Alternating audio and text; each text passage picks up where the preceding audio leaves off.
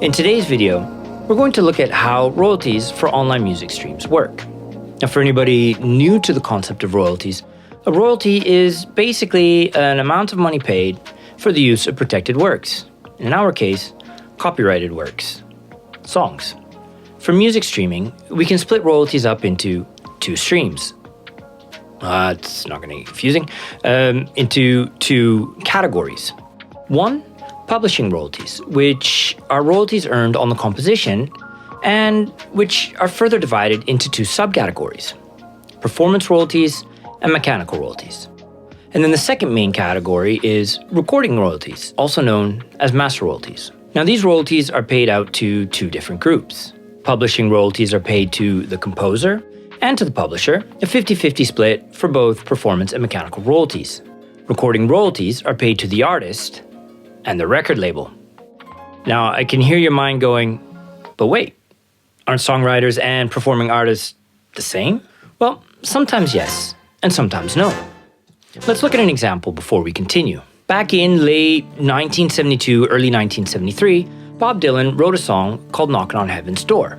So as the songwriter, he holds the copyright for the song, which he splits with his publisher. In February 1973, Bob Dylan went into the studio and recorded the song for his record label, Columbia Records. As a recording artist, he now has a claim to the master rights, which he splits with his record label.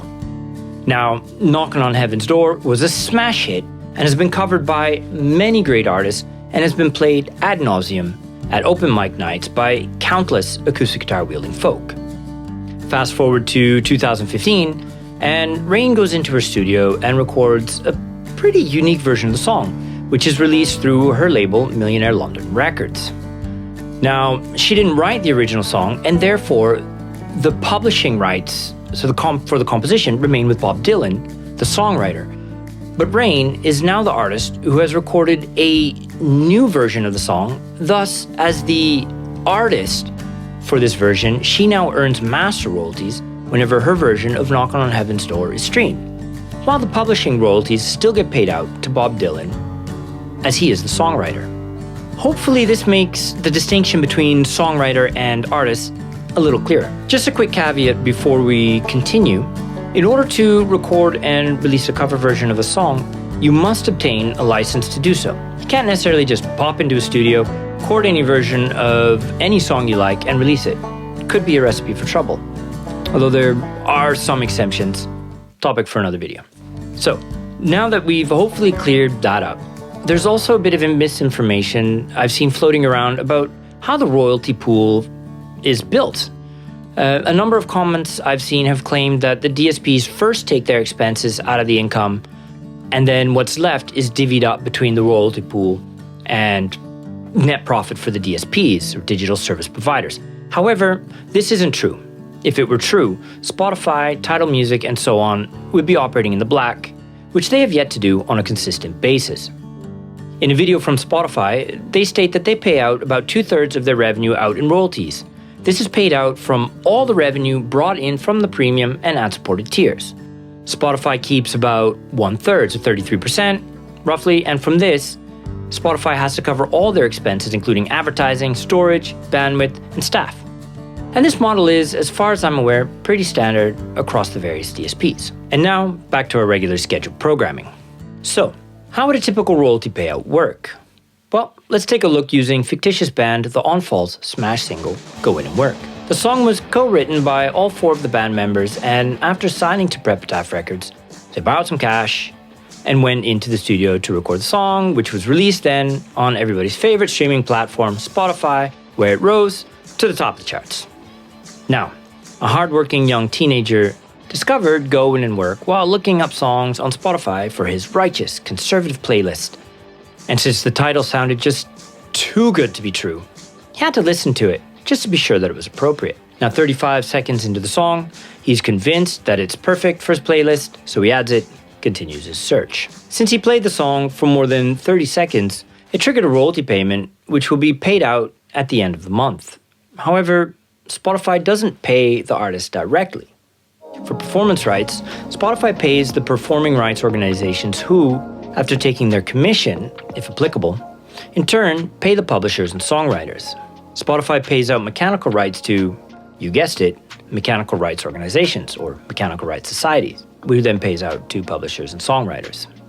The recording royalties are paid to the record label or distributor, which then, after taking their cut, pays the band. Now, since the on-fall consists of 4 members who agree to split all royalties equally, the songwriter and artist splits are actually divided by 4 and paid out to each member accordingly.